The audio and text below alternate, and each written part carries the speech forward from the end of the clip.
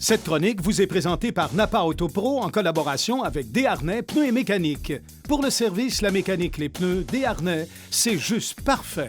Nous sommes présentement chez Desharnais Pneus et Mécanique et je suis en compagnie de Danny Bellil. Salut Danny. Salut Daniel.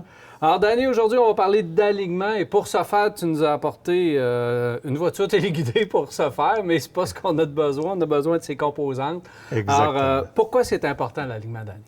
Bien, pour plusieurs raisons, puis sincèrement, c'est drôle un peu de parler d'alignement avec un auto téléguidé. C'est un don d'un de nos employés qui nous a fait, puis on s'en sert, je dirais, quotidiennement. Ah oui? La raison est simple, c'est que les gens veulent comprendre un peu qu'est-ce qu'on fait. Quand on aligne une voiture, parce qu'il y a quand même un frais relié à ça, les gens veulent comprendre. C'est quoi? C'est vraiment un aspect mécanique. Puis il y a des choses qui sont très précises quand on parle d'alignement. Puis je pense que c'est important qu'on prenne le temps de l'expliquer aux clients puis à nos gens à la télé. Premièrement, 3 aspects.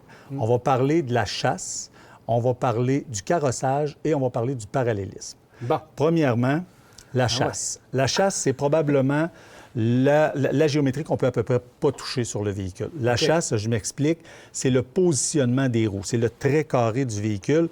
Pour vous donner un exemple de chasse que vous allez comprendre très bien, on va prendre une moto comme les Harley Davidson qui ont une longue fourche.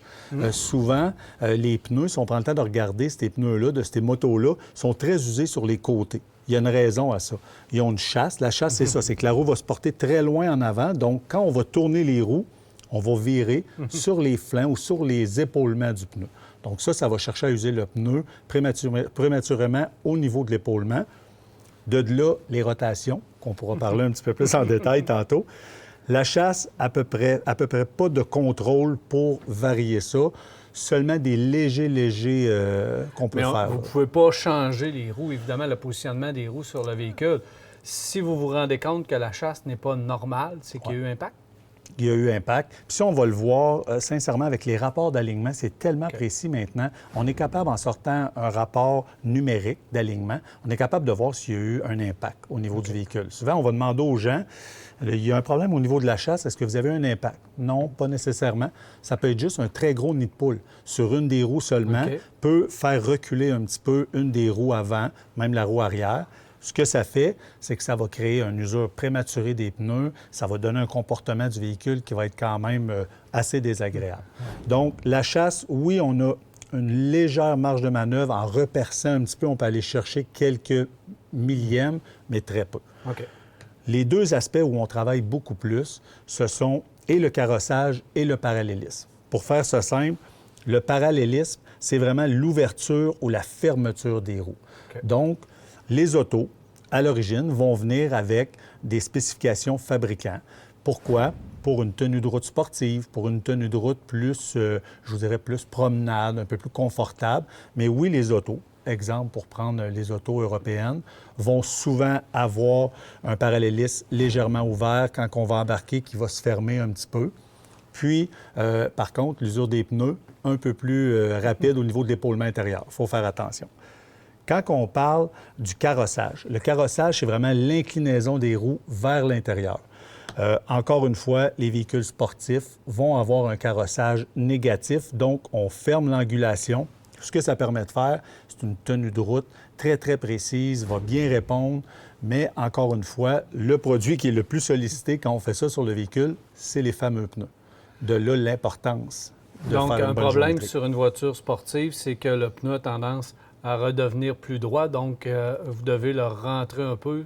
Et là, c'est là que vous le remettez dans ses paramètres d'origine. Ouais. C'est un peu plus le contraire qui se produit. Je vais t'expliquer pourquoi. C'est que quand le véhicule commence à vieillir, la suspension commence à vieillir, puis les suspensions, on n'est pas porté à changer ça ou à parler de ça à notre clientèle. Fait que souvent, on va arriver avec des véhicules un peu plus âgés où la suspension commence à s'affaisser et où le carrossage est beaucoup plus incliné. Puis là, on a des usures de pneus excessivement rapides. De là, on va parler de suspension, on va parler de pièces de direction, ces choses-là avec les clients pour redonner une géométrie standard au véhicule. On comprend très bien l'importance de remettre le tout dans ses paramètres d'origine parce que avec les suspensions, les directions d'aujourd'hui qui sont à multibras, double bras triangulés, etc., on a des biellettes de plus en plus longues. Il y a énormément de composantes qui viennent jouer et qui peuvent jouer justement sur l'alignement. Effectivement. Puis un des points importants dans ce que tu apportes, Daniel, il y a des gens qui font leur propre mécanique. Il y a des gens qui travaillent un peu, qui aiment ça, faire leur propre mécanique.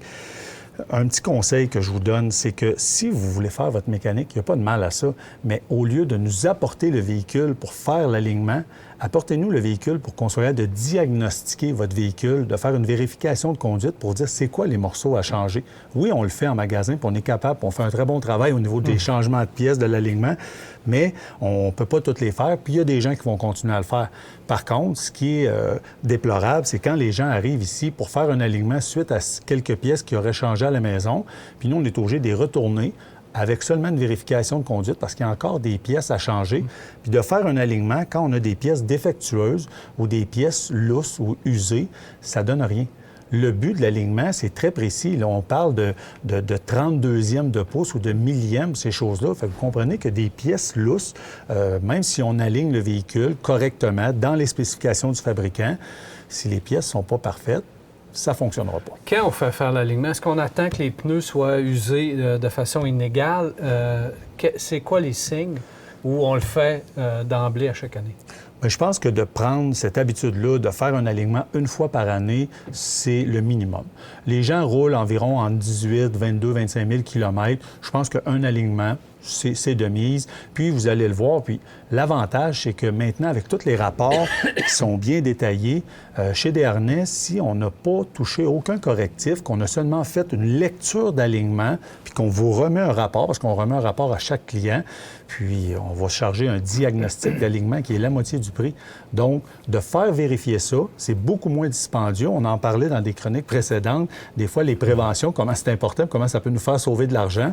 Bien, je pense que l'alignement en est une autre preuve directe, là. Un diagnostic d'alignement, cinquantaine de dollars, mais ça nous permet d'avoir la conscience tranquille qu'on ne brisera pas nos pneus qui viennent de nous coûter 1 000, 1200, 1500 $. Merci beaucoup, Danny. Ça me fait plaisir, Daniel.